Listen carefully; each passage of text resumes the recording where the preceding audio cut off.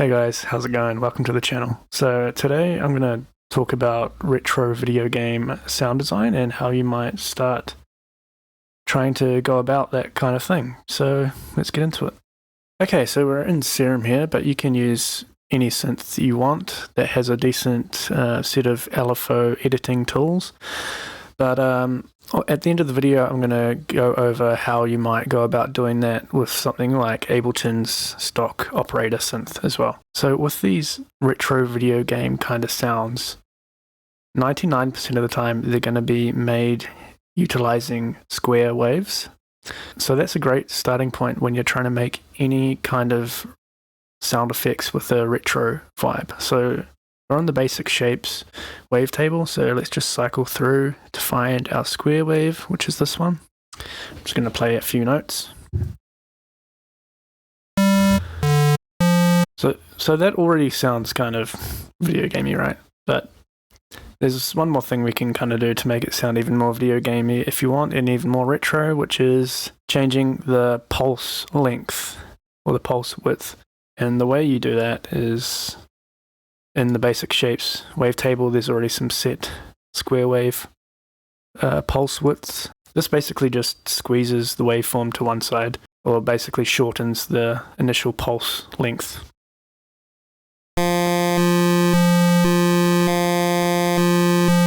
So generally speaking, the shorter the pulse width, the more sort of retro it's going to start sounding.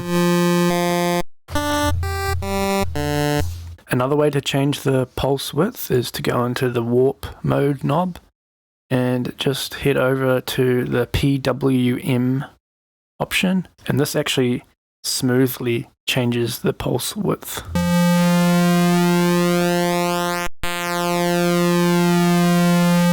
So the cool thing about the basic shapes wavetable is that some of those pulse widths are already included. So you can change the pulse width, but then also modify the wave with some of these other warp modes on top of that. So if we go back in time to when these actual old video game retro sounds weren't retro, a lot of them kind of tried to emulate pitch shifting, but they couldn't do that smoothly, right? So we could try to do it smoothly right here by dragging LFO1 onto the coarse pitch value, and now it's going to slowly change in pitch smoothly.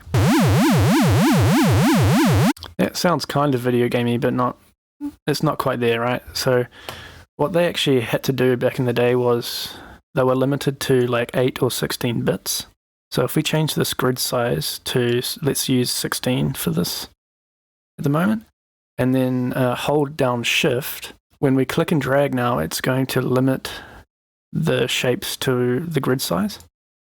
If we do that, say for instance we want a jumpy sort of sound effect, so it's going to start from low and then go up to higher. We just hold down shift and then drag like a sort of smooth ramp up like that. Now I've got like a 16-bit ramp up, and now if we hold down a note, it sounds much more video gamey, right? So the next step is to chuck this onto envelope mode, so that it's starting from the starting point every time we play a note. The problem now though is that when we continue to hold the note, it's sustaining, which isn't really ideal for a sound effect.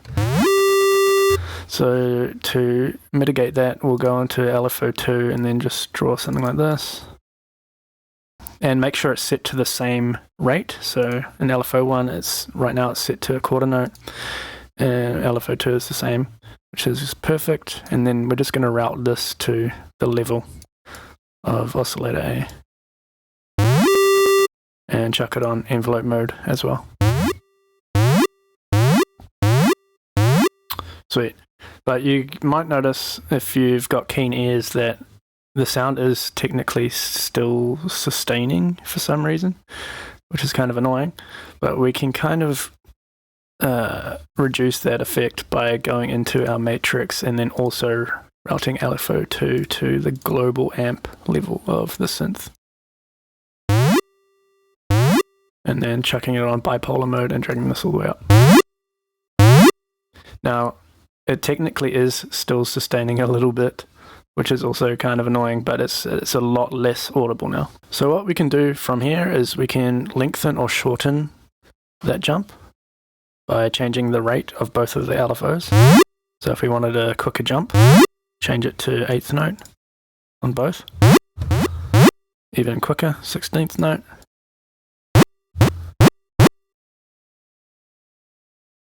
Cool. We'll go back to quarter notes.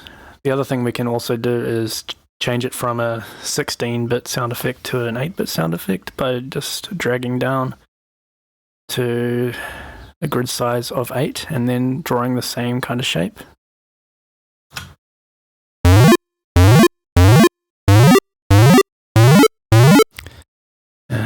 A bit faster would be nice. The other thing we can do now is change the modulation range of our coarse pitch. So if, for instance, we want a higher jump, we could change it to unipolar mode by Alt-Shift clicking the modulation icon there and play it now. And then if it's going to be a higher jump, we just increase the range. It starts to get more sound effecty, I guess, like power up sounding. If you go too far, you bring it down an octave. The other thing we can do as well is change it back to bipolar.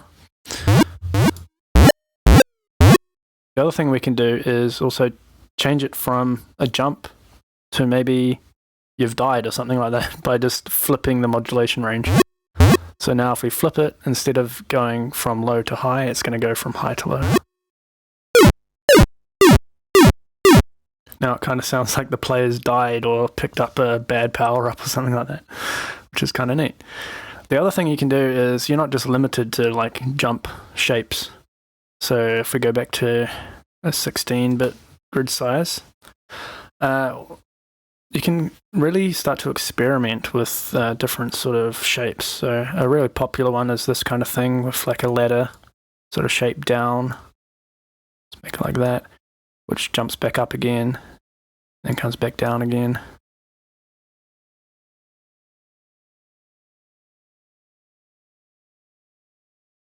If we make the rate a bit slower, you can actually hear it a bit better.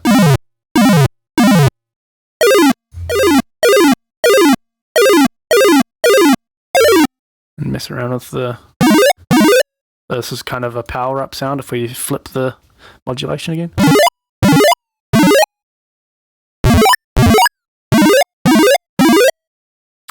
So another thing you can do is you can try looping your LFOs and then also attach another LFO to the coarse modulation range so it's kind of slowly going upwards at the same time. So for example, we could chuck this first LFO, which is the one doing all the crazy pitch modulation. I've chucked that on trigger mode, which is basically the same as envelope mode, except the difference is it starts looping after it finishes.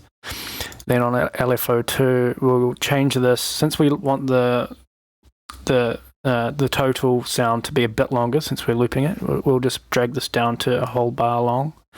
And then on LFO3, we can change this to a ramp up and then change this to a whole bar long as well. And now we can attach this to the coarse pitch on top of everything. And now that sort of modulation should kind of creep upwards throughout the length of one bar. So yeah. So now that we've got the base of our sound, we can start messing with the pulse width to see which one we like the most. That one sounds nice and retro. And also on top of that, we can mess around with injecting some noise into our square wave as well, because a lot of these like really, really old retro video game consoles did have some like inherent noise. So if we just turn the noise oscillator on and then bring in some noise, it's not going to sound that great. It just sounds like noise on top of what we already have, right? So we can bring the level all the way down. And since we've used the basic shapes wavetable and changed the pulse width that way, we're free to choose FM from noise oscillator here. So what this does is it modulates the frequency of our square wave dependent on what's going through this noise oscillator. And since the noise is happening so fast, we still maintain the fundamental pitch of our square wave, except it just sounds a little bit more noisy.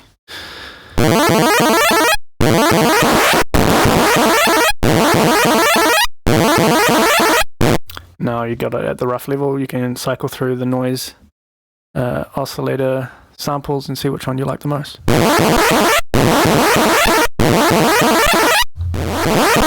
This one's alright, might bring it down a bit. And also another cool thing you can do is mess with the pitch of the noise.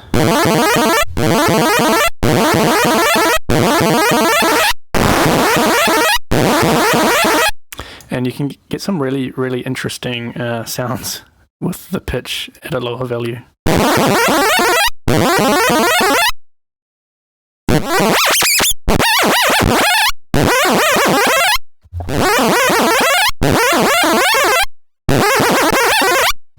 Not very retro video gamey, I guess, but it's still interesting anyway.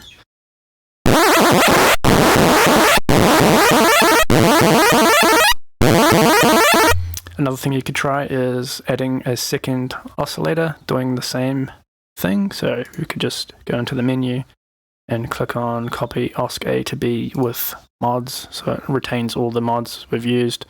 Now these are going to be doing the exact same thing, but if we offset them by an octave, for example, and then change this one to a perfect fifth upwards, it should start sounding a bit cooler. Now the level of the second one is a bit high, so we'll just go into LFO2, which is controlling the level, and just bring that down a bit.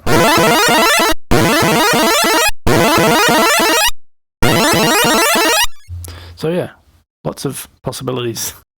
Okay, so I'm going to start from scratch again, and then I'm going to try and make some, maybe a power up sound, and then I'm also going to try and make something a bit more negative, like maybe the player got hit by a shower or something like that, I don't know.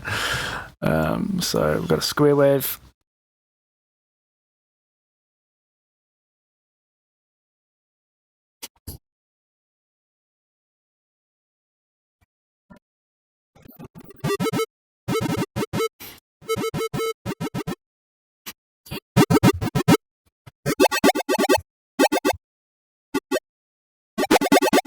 Okay, so I've got the sound effect sounding like this. Kind of ambiguous right now, I guess. So what we can do is go into the MIDI roll, make a whole bar, and we can try outline some chords at this point. So maybe I want to outline a major chord to make it a bit more happy.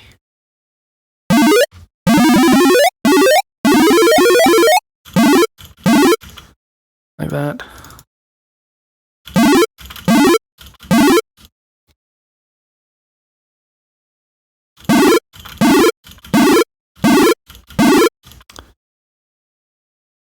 And maybe I want to make it an arpeggio.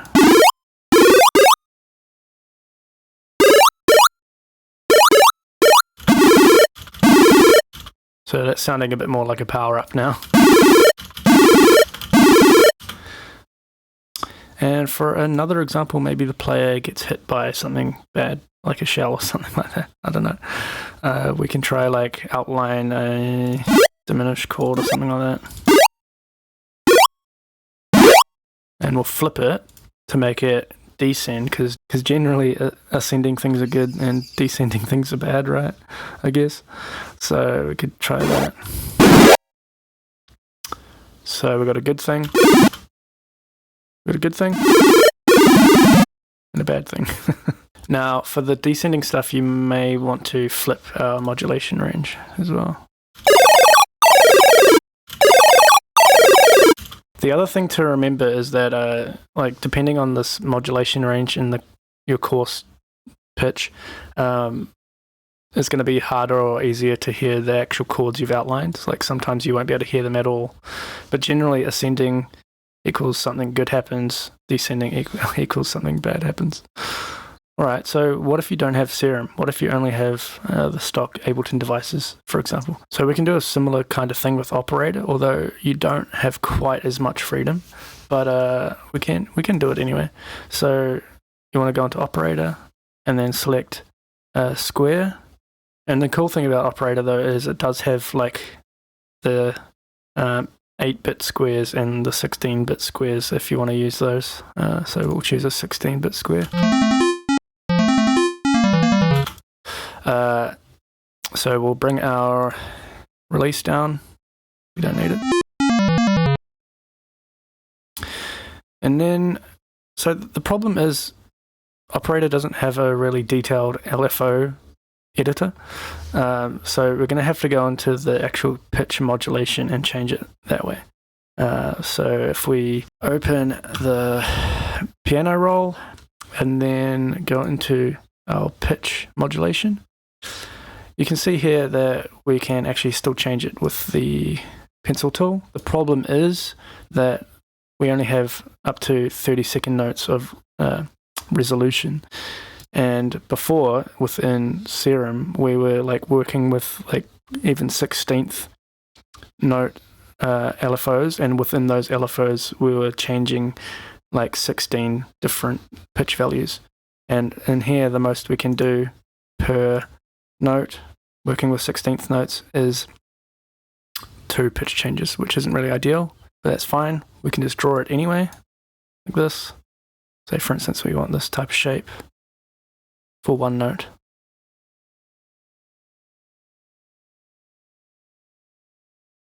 That's cool.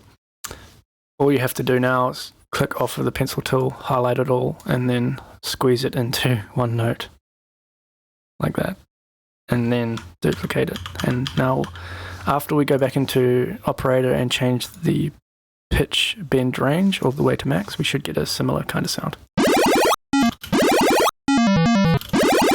So that's how you'd go about doing it with Operator, but yeah, not quite as much freedom, especially with the LFOs and things like that, but if that's all you have, that's totally fine. So I hope this video helped you guys out, and if it did, leave a comment below.